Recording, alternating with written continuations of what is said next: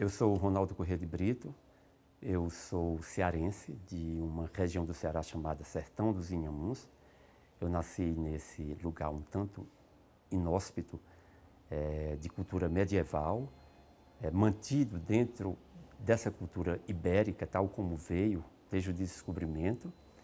E vivi nesse lugar até os 5 anos, quando então me mudei para uma cidade, a segunda maior cidade do Ceará, o Crato, para poder estudar. Meus pais haviam decidido que todos os filhos não ficariam no campo, todos seriam profissionais liberais, iriam para a cidade estudar. E com 16 anos eu saio do Crato, vou para o Recife, que era uma cidade brilhante nessa década de 60, quando eu chego, para estudar para medicina, fazer vestibular. E de fato faço vestibular, passo e estudo medicina durante 6 anos, faço residência médica, faço formação psicanalítica, mas sou um médico de formação clínica, sou um clínico. Bom, e sou escritor desde muito cedo. Desde muito cedo eu começo a escrever, sempre gostei muito de literatura, sempre amei demais os livros, mas publicar eu só vim fazer muito tarde. Fui um escritor de armazenar em gavetas os seus escritos. Eu armazenava os meus escritos em gavetas porque eu achava que já existiam livros em excesso, já havia muitos livros e eu não queria contribuir para a Babel do mundo. E eu me habituei então a escrever e guardar, ou então a obsessivamente corrigir o que eu escrevia. Então eu amava demais os livros, amava muito, eu gostava muito mesmo de ler. Era um leitor apaixonado, era um grande amante da literatura, um grande amante do cinema, um grande amante da música, e que escrevia de início teatro, depois passa a escrever contos, e que continua escrevendo teatro e contos, depois romance, depois novela, depois crônica, mas a partir de todo um processo de vida e de transformação que me traz a esse lugar de escritor. Eu, como leitor, tenho uma característica que talvez não seja tão comum, é a do leitor lento, aquele que lê memorizando um livro. E eu começo, então, nas bibliotecas da minha cidade, começo pela biblioteca municipal, que tinha um acervo péssimo, um acervo terrível, livros, eu nem sei, inqualificáveis, mas era o que eu tinha para ler e eu lia tudo. Com 13 para 14 anos, me deixam ter acesso à biblioteca da universidade, e aí, então, eu tenho a sorte de ter acesso a livros excelentes.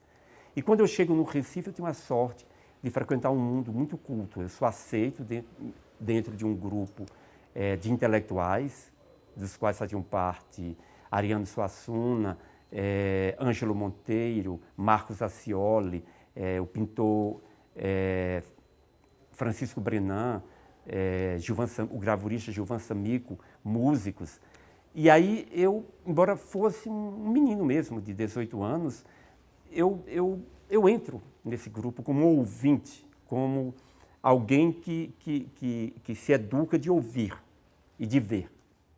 Minha literatura, ela tem a marca dessa memória ela tem algumas marcas, eu diria. Basicamente é uma literatura que fala sempre de não pertencimento, de indivíduos não pertencidos, indivíduos em deslocamento. Minha literatura fala muito de migrantes, porque eu vivi num mundo em transformação, um mundo que estava indo embora, todas as pessoas estavam sempre indo embora.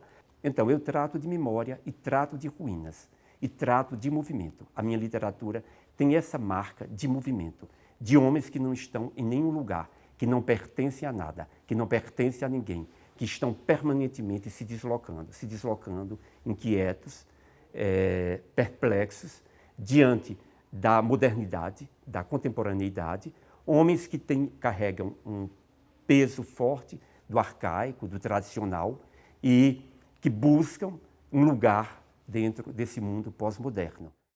Eu não me considero pertencente a uma geração de escritores porque, como eu já lhe disse, eu era um escritor que escrevia e engavetava. Consequentemente, eu via as gerações de escritores se sucederem, eu as frequentava, eu acompanhava os meus amigos escritores, eu ia aos eventos, mas os meus textos não eram vistos, não eram publicados, não eram lidos. Eu escrevia e guardava. Eu era médico, então eu poderia ser um escritor que não fazia nenhuma concessão, poderia ser um escritor que não concedia nada a ninguém. Poderia escrever a literatura que eu quisesse, quando eu quisesse, como eu quisesse. Eu havia escrito em 1970 um conto chamado Lua Cambará. E aí havia nesse tempo, talvez por conta da censura, por conta da própria indigência do mercado brasileiro, das próprias condições difíceis de trabalho, que eu acho que ainda existem, um movimento no Brasil do cinema Super 8.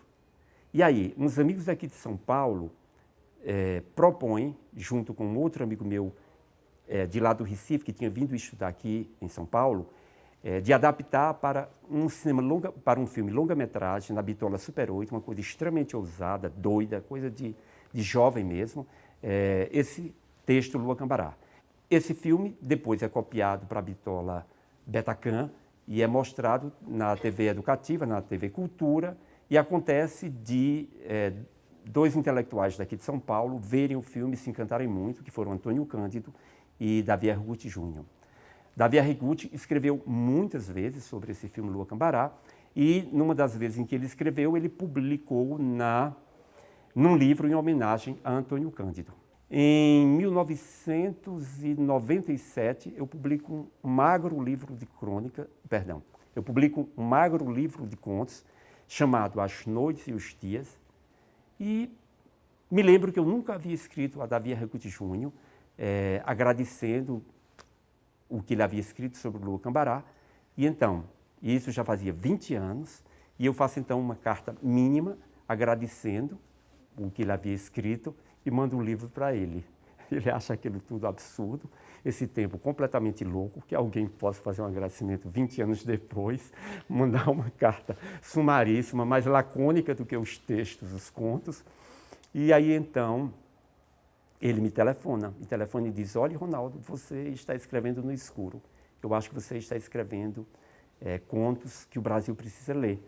E se você aceitar, eu lhe apresento a uma editora. Aí, então, eu digo: tá, me apresente. Eu sou um contador de história, sou um narrador, não teria por que não ser, porque eu sou uma pessoa de marcada influência da tradição oral, eu sou de um meio de tradição oral, a narrativa oral ainda é fundamental para nós, ela foi fundadora da minha narrativa, mas eu sou um escritor de invenções. Mas cada narrativa para mim é uma experiência, uma possibilidade de investigação com a linguagem e de trabalhar a linguagem e de criar com a linguagem. Duas mulheres em preto e branco. Jure que vocês nunca deitaram nesta cama. Não juro o santo nome de Deus em vão.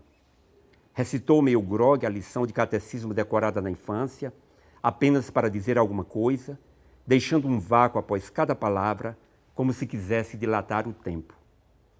Ninguém da velha turma de esquerda perdoaria o catolicismo reprimido botando as unhas de fora, tal qual o apelo ao sagrado num filme de Pasolini.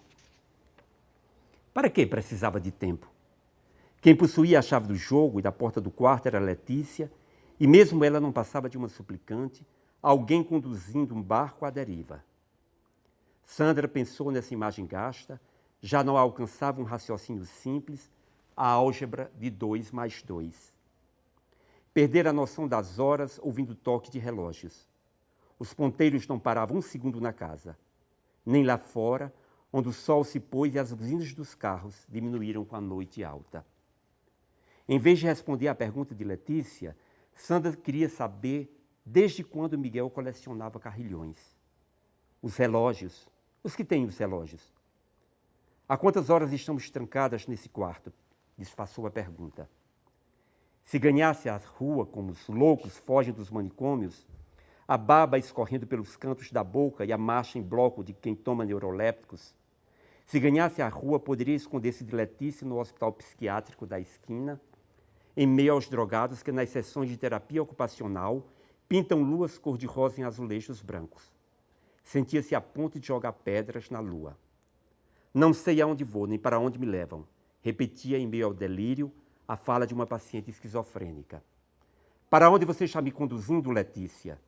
Ensaiou a pergunta, porém não se atreveu a fazê-la, com medo de novos pontapés no rosto, nas costas, na barriga. E se vomitasse sangue? Talvez se vomitasse sangue, odiava reticências. 3 pontinhos eram recursos de escritor medíocre. Cansou de reticências nos romances de José de Alencar e da palavra cousa em Machado de Assis. Felizmente, já não a obrigavam mais a ler Os Dois Senhores desde o tempo de escola. Mesmo assim, não se sentia livre da reticência do presente, da cousa em que se metera. Preciso de uma tesoura, Letícia. Arranje-me uma tesoura, por favor. Juro que não vou perfurar sua traqueia.